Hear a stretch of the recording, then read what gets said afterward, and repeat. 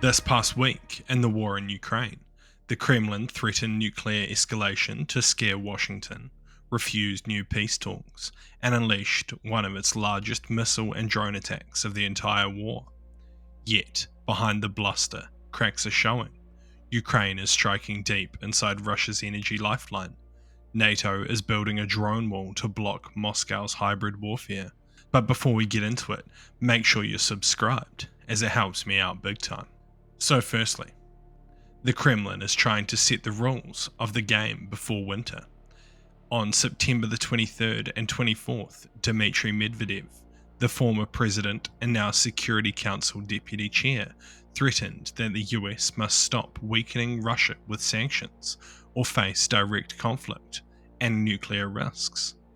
This message was aimed squarely at President Donald Trump, who's floated a negotiated settlement but insists on economic pressure to bring Moscow to the table. The message from Moscow: lift the pressure or we escalate. Yet, behind these threats, Russia's position looks weaker than what it wants to admit. Trump recently called Russia's economy a paper tiger. Kremlin spokesperson Dmitry Peskov scrambled to counter, insisting Russia is a bear, not paper, and claiming its army is fully staffed and fully capable.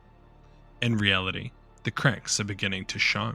US Vice President J.D. Vance publicly criticized Moscow on September 28th for refusing to sit down with Ukraine, bilaterally or trilaterally, despite earlier talk of Putin and Zelensky meeting with US mediation. The Russian Foreign Minister Sergei Lavrov replied with the usual lines about addressing the war's so-called root causes, NATO expansion, and alleged discrimination against Russian speakers. In other words, Russia still wants capitulation, not compromise. But what's the reality on the battlefield? Even as the Kremlin talks tough, the battlefield tells another story. On the night of September 27th to 28th, Russia launched its third largest missile and drone strike since the start of the invasion. 643 projectiles, hypersonic and caliber cruise missiles, nearly 600 drones. Ukraine's air defenses shot most of them down, but some broke through. Civilians were killed in Kyiv, infrastructure was damaged in Zaporizhzhia.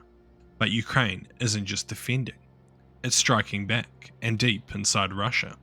Long-range drones hit oil facilities nearly 1,000 kilometers from Ukraine's border. This has led to fuel shortages and spikes in prices across Russia, even in Moscow and St. Petersburg, which is a first. Crimea, fully dependent on imported fuel, is feeling the squeeze.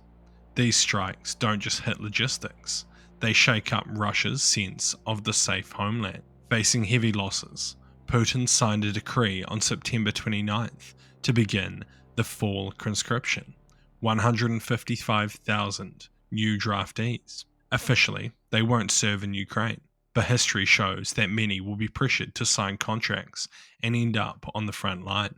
Meanwhile, Russia's new budget shows a paradox. Next year, Moscow will spend nearly 40% of federal money on defense and security, slightly less than this year. What's going up instead? Propaganda. A government so confident of victory doesn't usually need to flood the airwaves with paid cheerleading. Ukraine's allies aren't standing still. The European Union and NATO members agreed this week to build a drone wall along its eastern border, a layered system to detect and intercept Russian drones. Denmark, Finland, Poland, and others are pushing this after a surge of unidentified drones near NATO facilities and other civilian infrastructure. In Washington, the US is moving toward lifting restrictions on Ukraine, using American weapons to strike military targets inside Russia. More Patriot air defense systems are also on the way, one already supplied by Israel, and more coming in form. Behind the front lines, Russia is tightening its grip on occupied Ukraine. Children are being forcibly taken to so-called patriotic camps in Crimea, and Russia is nearly finished integrating their Zaporizhzhia nuclear power plant into its own power grid. These moves aim to erase Ukrainian identity and make any future liberation much harder. In conclusion, Moscow wants the world to believe that it can outlast everyone, that nuclear threats, endless manpower, and missile barrages will break Ukraine and intimidate the West. But this week is proving otherwise. Ukraine can strike the Russian heartland. Russia's economy and fuel supplies are straining. Western allies are building the defences and weapons Ukraine needs, but only time will tell if it'll be enough. Thank you for watching this week's update. Make sure to like the video, it really helps me out. I've been your host Daniel, and this is HM Intelligence.